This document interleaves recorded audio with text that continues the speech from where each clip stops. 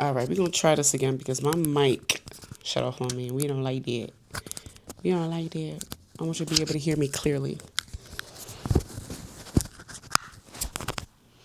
Hey guys, it's Sky here.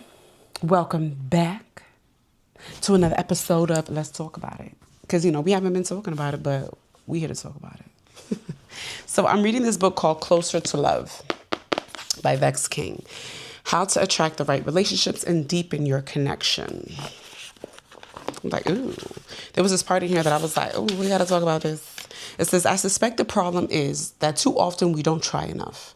Maybe because we're living in a world where relationships seem disposable. Instead of facing our fears, insecurities, glitches, we find it easy to give up and move on to the next. To the next, to the next. No, that's to the left. Anyway, I agree. Nowadays, right? The quickest thing to do is like, all right, but let this plane pass. I live by the airport and it's just like, is that a sign to go on vacation again? Stop playing with me. Anyway, come back. So yeah, it just made me think, I definitely agree that that's how things are flowing nowadays, right? People are just easy just to get away because of the fear and the insecurity. You don't want to get hurt and you're just like, fuck this and fuck that. And it's just like, what happened to the effort? What happened till we go together through thick and thin? And I'm not saying, hold on, let me put a disclaimer out here because you guys will be like, but what if physical, emotionally, and abuse and all that stuff? I'm not saying any of that stuff. I'm saying when you guys disagree, when you're not seeing eye to eye. A lot of the times we go into relationships so thinking it's a one when it's supposed to be a we. You are supposed to change the way you think of certain things because before it was just a single person. Now you're together with someone. So what works for both of you guys? Of course, you're going to still be your own individual self, but you're going to have to alternate it, right? Because again, it is not only you, it is you with someone else trying to build a future together, but two people who are not similar.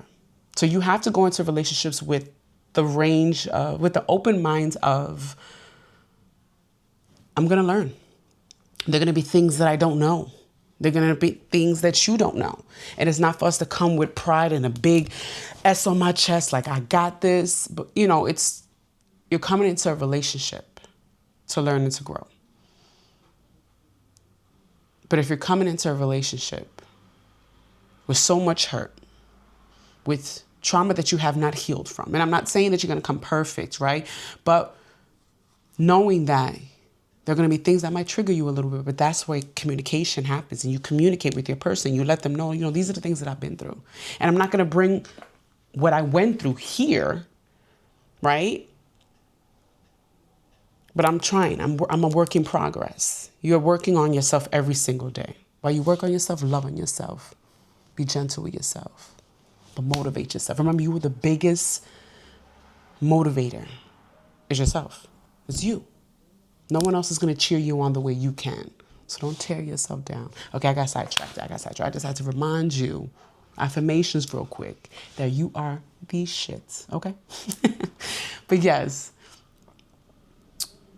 you can't be in a relationship where it's like a one-way street. You both have to be fighting. And you both have to be willing to take accountability and self-reflect and grow and move forward, right?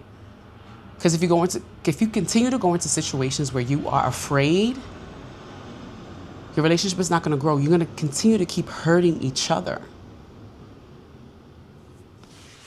So